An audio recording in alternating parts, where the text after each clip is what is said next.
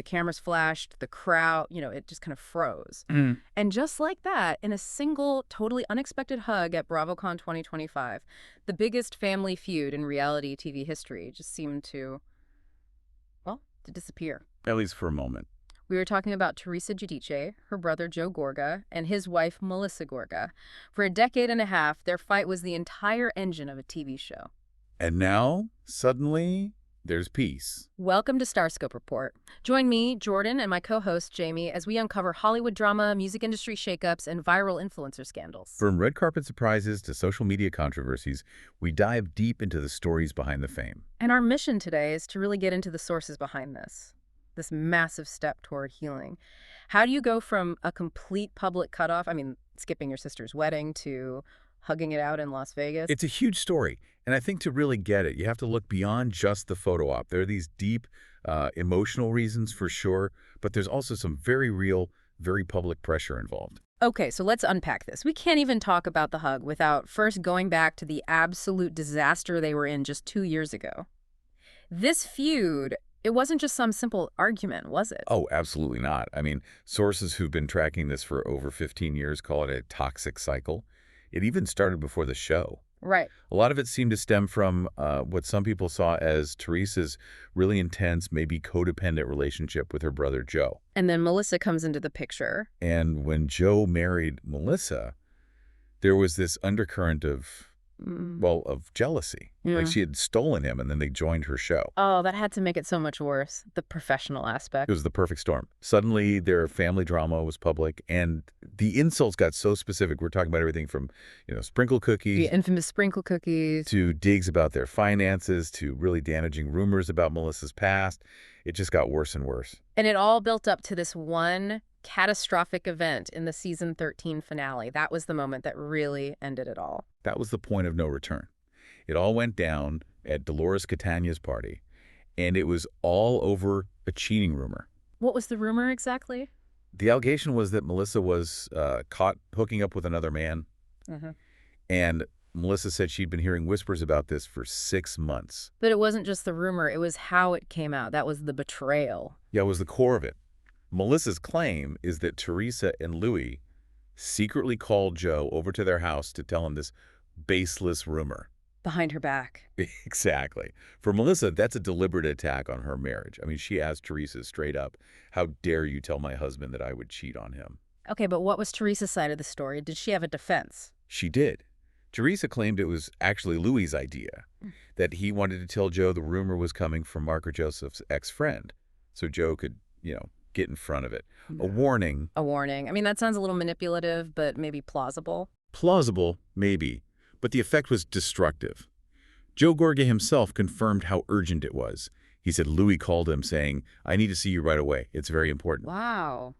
So whether it was a warning or an attack, the way they did it, pitting the brother against the wife in secret, it was seen as completely unforgivable. And the fallout was immediate. They skipped the wedding. They skipped the wedding. Melissa basically said, "How can I celebrate their marriage when they're trying to destroy mine?"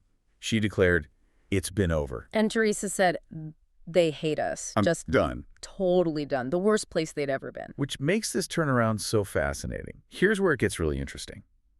How does a family go from over to a public hug in Las Vegas? The answer involves a cemetery, a daughter's request, and maybe, just maybe, a little knock from the taxman. Yeah. If you're loving these Hollywood twists, make sure you're subscribed. We've got even crazier stories ahead. So the first real confirmation we got was at BravoCon. Teresa came out and said her relationship with Joe is, quote, in a good place. But this didn't start at BravoCon. The real work happened in private. Right. Teresa said she's the one who reached out. It was after she got back from filming Special Forces. And the location she chose for the meeting, that's incredibly symbolic. That was cemetery. Their parents' gravesite. Wow. She said she picked it because it was peaceful and private. She didn't want any arguments or, paparazzi photos. She met Joe there alone first. So this had to be real. It had to happen off camera. That was the whole point. Okay. Melissa even said later that they all talked for an entire day, just working through things. So what was the big emotional push? What finally made them do it? It seems like the kids were a huge factor. The next generation. Teresa said her daughter, Gia, who's come 4 now, had been urging her to forgive her ex-husband, Gia Giudice. Saying life's too short. Exactly. Right. And that apparently made Teresa want to be a good role model and finally reach out to her brother. And on the other side, for Joe and Melissa? Melissa said the relief on Joe's face after that first talk was just immense. She said they did it for their kids because she was worried that this toxic behavior would just repeat itself with them. That feels really genuine, breaking the cycle. It does. It absolutely does feel genuine. But, and this is a big but, here's where the story gets more complicated. Okay. The timing of this peace summit lines up almost perfectly with some major financial and professional problems. You're talking about the tax lands. That was a stunning detail. It was. Sources reported that Teresa owed over $300,000 in taxes. And Louis, her husband. Louis Ruales owed nearly $2.6 million. $2 million. Wow, okay.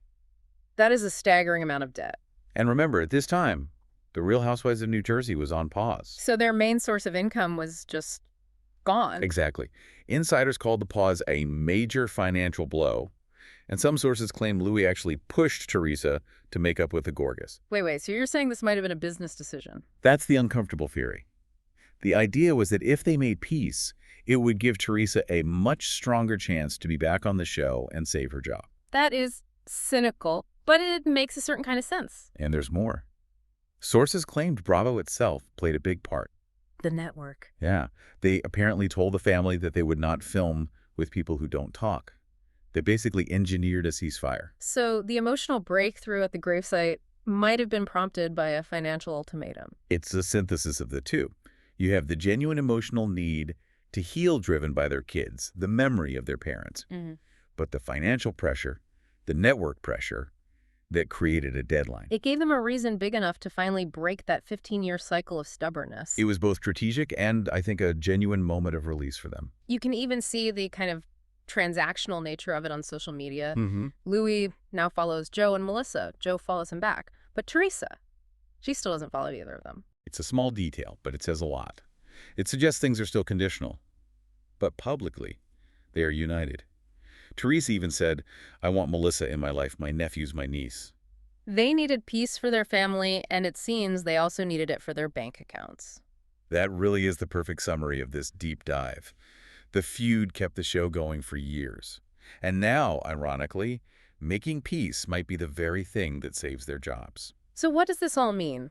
When a family's livelihood is literally tied to drama, can peace ever really be permanent? Or is this just setting the stage for the next fight once the cameras start rolling again?